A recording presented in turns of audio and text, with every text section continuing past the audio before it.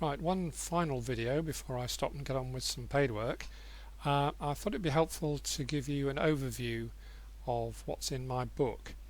The description of all the macros makes up the body of this first file, where you've got the some sort of heading, a description of the macro, and then the names of the macro at the bottom. And if you've discovered find same place, then if you click in the name of the macro there, then that jumps straight across to the macros file, which contains the actual text of the macro, so that you can select the whole of the macro, copy it, and then paste it into your Visual Basic. Right, so put that away. What I've also tried to do is to give you an introduction to macros and how to install them, that sort of thing. Let's have a look through that. Right, so down we go. A bit of information for Mac users to know what they can do and what they can't do. General introduction. If you're a non-programmer, don't panic. I've tried to alleviate fears by explaining what a macro is, how to use them, why we should use them. Then there's an introduction here to macros themselves, what a macro actually looks like, how and where to store them, how to add macros. Then I've got a careful section here where I've tried to explain step by step how to put in your very first macro. This really needs a video, but I haven't got time just at the moment. Alright, then different ways of running a macro, and I'm sorry, but if you are going to use macros, sorry that was an email arriving, if you're going to use macros to any great extent, you really are going to have to use keystrokes. Some people don't like them, but well, it's up to you. How to put how to add icons for different macros instead. If you get new versions of the macros, how do you update them? Various suggestions here about what happens when a macro goes wrong and it says, oh, there's an error. Maybe get on to Paul and ask him what the problem is, but see what you can do on your own with that. Now, there is a major problem with this book, and that is there are far too many macros. There are over 500.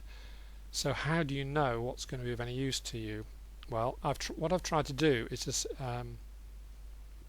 give you an idea of the areas of application of macros, and then I've split up the actual macros in the book into those particular areas, just to try and give the book some kind of structure. So these are the sections I've used. Textual analysis, so you're analysing the text and trying to prepare things for your style sheet. Pre-editing tools, so you're doing things to a file before you actually start editing it, i.e. reading it through and making changes. When you are actually editing and making text changes, there are various things that can help with that. There are macros that help to give you information about the text. You can apply highlighting, you can add highlighting, you can remove highlighting, you can play around with the highlighting. You can move around the text. You can save a lot of time by moving quickly around the text, so navigation tries to tell you some of those things. If you're having to use comments, and perhaps use comments to scrape all the comments together for author queries into a file for the author, then that's dealt with in that section. And adding the comments from menus can be quite helpful as well. And then just other macros that I couldn't find anywhere else to fit. But then fairly early on I thought, well, maybe I can just tell people what my favourite macros are, and maybe that would help to give them an idea of where to start. So here's my favourite macros as an editor, and obviously number one is Fredit. It has to be. I couldn't do my job at all without Fredit. I would give up if I didn't have Fredit. I then thought, well, what about proofreaders? There's various things that proofreaders can use, so I put 6 favourites for them. unfortunately this bit's out of date because it's still talking about spelling toolkit, which was superseded a couple of years ago by spelling lister and spelling error highlighter. So, but I've done videos on those, so you can have a look at those.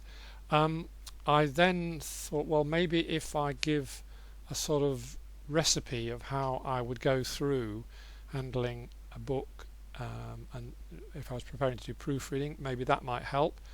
So that's one there for if you're doing proofreading, and then a longer one, obviously, it just tells you how I go through a book and the stages I go through in analysis and preparing a Reddit list and all that sort of thing. So quite a long section there.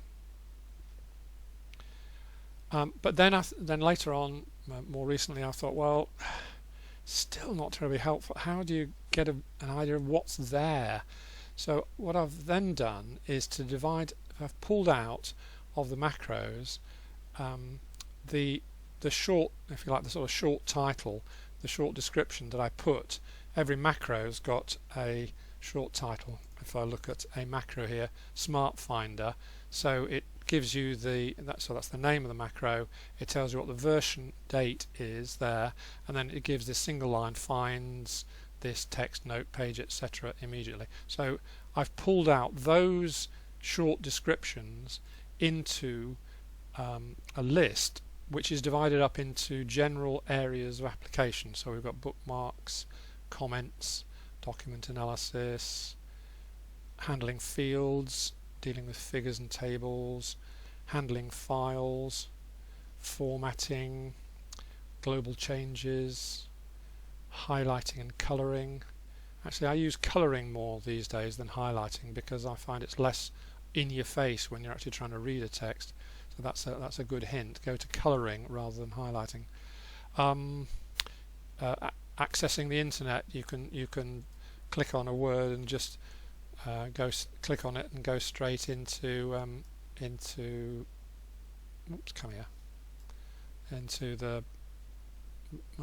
that was Google, wasn't it? Or you can jump straight into the OUP dictionary and so on. Language, things to do with setting language, handling lists and sorting lists and playing around with lists, dealing with notes, embedding them, unembedding them, all sorts of fiddling around with footnotes and things, dealing with numbering and lettering,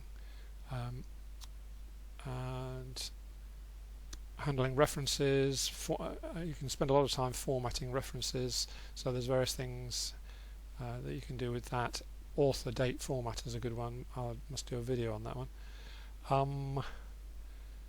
Speed editing, that's what I've dealt with on the line editing video that I did just before this one.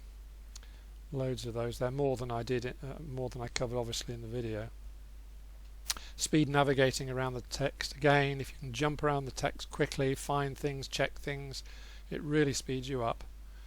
Load of stuff on spelling, ways of handling spelling, looking at spelling, changing spelling, dealing with tagging, automatically adding tagging, handling text boxes, dealing with track changes, and then odds and sods. Right, then down the bottom of the book we've got various appendices. I thought codes for find and replace would be quite useful to list.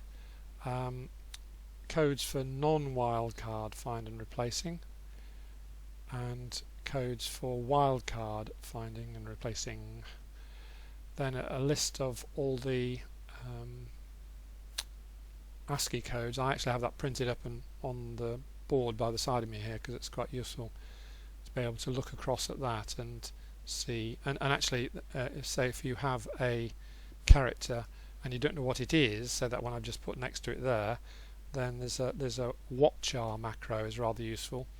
And that tells me that that's an ASCII 96, which is a backtick, because often you don't know what the character is that you're looking at. You know, like some of these things that might, is that a degree symbol or isn't it? Watchar, is it? Yes, that's a proper degree symbol. What's that funny thing there? Is it a proper? No, it's a dodgy squared symbol. It's not a proper superscripted number. I've provided a sample style sheet, which is just what I use. If it's any use to you, then feel free to pinch it or play around with it.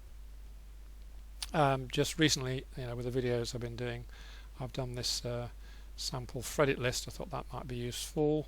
You can just see what sorts of things I do. I again have this printed on my piece of paper on the board beside me. I often want the codes for the different things, but actually if you use WatchR, for example, on that there, it gives you the Unicode there, 8212, so that can be useful. Oh, that's just the video notes from the line editing thing. And then finally a bit about my personal release. If you're wondering why the heck I do all this stuff, then that tells you. Finally, we've got I've kept a log of the changes as I've gone on, so if you look at the very end, it tells you which macros I've changed recently and which ones I have added to the list. That says 2009, so this is obviously just a dummy file I'm using. Right, that's it. That's my book, and I hope you find it useful.